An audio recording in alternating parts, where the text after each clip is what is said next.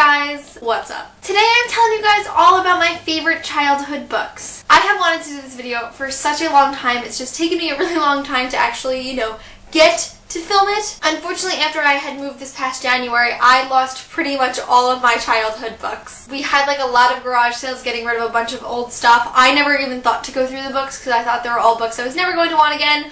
That turns out to be completely wrong, and as soon as we moved here, I wanted all of them. So at that point, I was like, I'm never going to be able to make my childhood books videos. I don't have any of them anymore. I don't know what I'm going to do. But then I saw one of my very best booktube friends, Sierra from Sierra Reads, film her own childhood books video, and she did it with all of the different books from the library because she works at one, and that was such an awesome idea and what finally pushed me to make this video. So I think I might have given the librarian the strangest experience when a 19-year-old girl is asking for a children's book about a vampire bunny. But I got a bunch of them that I really wanted to show you guys, and that's what we're doing right now. So I guess we can kind of go from like youngest childhood books to oldest childhood books. I have a few picture books. The first book I want to show you guys is The Very Hungry Caterpillar by Eric Carle. This book is still the shit, okay? This is like one of the greatest books in the entire universe. The art in this book is like super cool, and there's like pop-up stuff. It's really awesome. All about this caterpillar who just can't stop eating.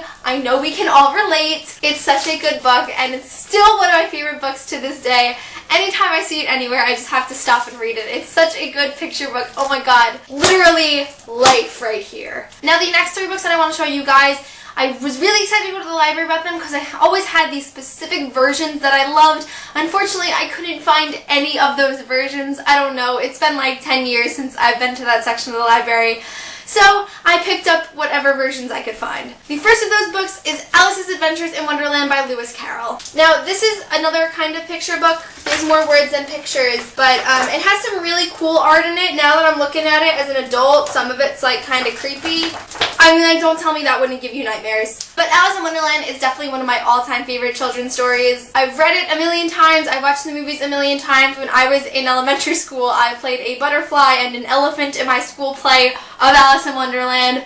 I was the star, I know. If I remember correctly, the version of Alice in Wonderland that I had was like a big, thick book and had a lot of pictures in it, but the text was really big, which made it have a lot of pages. But Alice in Wonderland is such a classic tale, and it's really worth the read if you've never read it. I've never read really like an adult version. I've only ever read like children's versions of it, so I'm kind of curious to know what it would be like to read. Like, I know Sierra has this gorgeous version of Alice in Wonderland, and I'm considering buying it. It's huge, and it looks like it might have a more adult feel to it, although it is a children's story. But regardless, Alice's Adventures in Wonderland is one of my all-time faves. The next of those books is The Wizard of Oz by L. Frank Baum. Again, the version of The Wizard of Oz that I really loved was another big, thick book. I don't believe it was this one, but it totally could be, because I remember that in the book that I loved, it was silver shoes and not red. But again, like, there's a lot of really cool pictures. Oh wait, no, I think it was this version. I really think it was now that I'm looking at that picture. But yeah, there's like a lot of really cool art in it, and it's big text. It was just so much fun for me to read. I remember I checked out this book like more than anything at the library when I was younger. I have to say, I haven't watched the movie in a really long time, but I'm really considering it now, because I used to love The Wizard of Oz so much. I really do think this is the version now that I'm like looking at it. And still, that's pretty cool. It was definitely a great story, and all of these books, because I know I'm going to say it for every single one of them, if you haven't read them, take a look at them. I don't care how old you are, because children's books are timeless, and that is all. And then we have Peter Pan by J.M. Barrie. You know how I said Alice in Wonderland is one of my all-time favorite stories? Well, this is my favorite. Peter Pan is like #1 for me when it comes to children's stories. Oh my god, like, I used to love this book so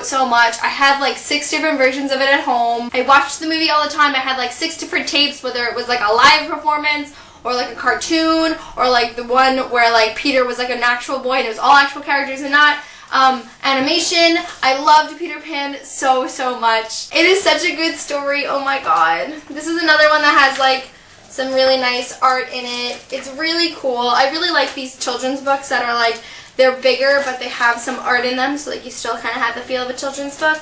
Yeah, it's really awesome. Honestly, going back to the library to get all these books was such a great experience because there's so much nostalgia. But I really love Peter Pan.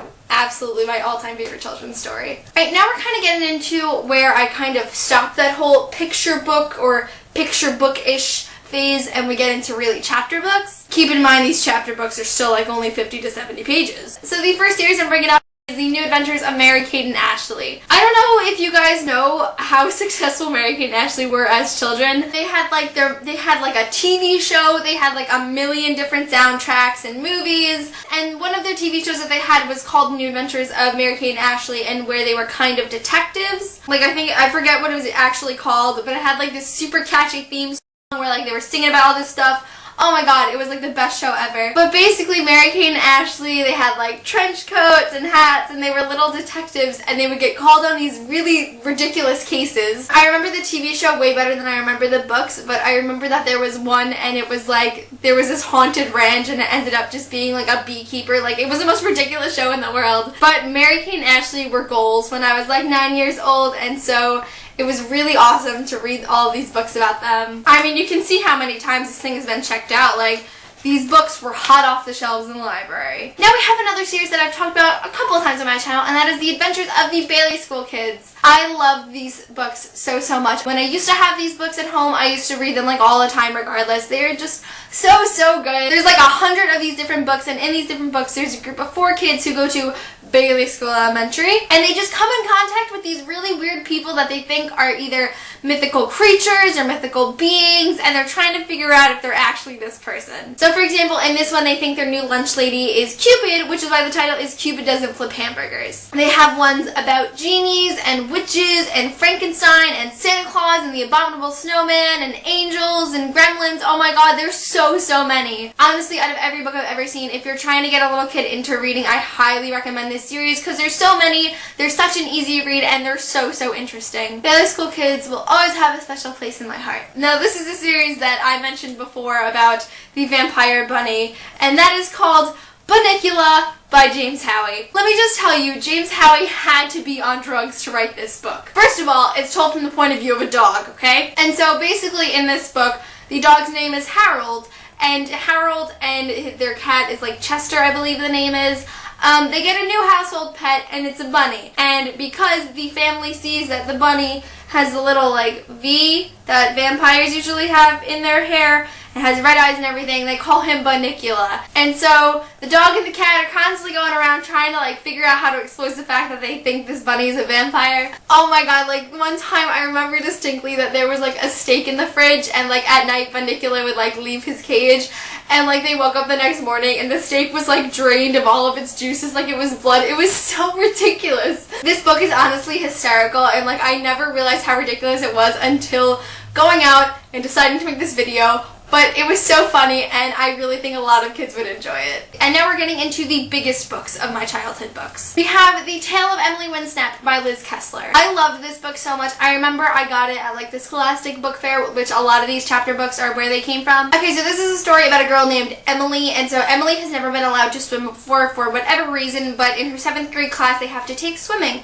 So as she goes into the swimming class, she finds out that she is a mermaid. Now, I don't remember the rest of this plot completely. I remember kind of like the later books when she's like a legitimate mermaid much better. But I believe she goes on some kind of quest for like her mother or father in this book. And I swear these books get so much better in the end. Like I remember in maybe it was the 2nd or 3rd one that I read, she like takes something off of the ocean floor and it causes all of these problems and she has to fix it.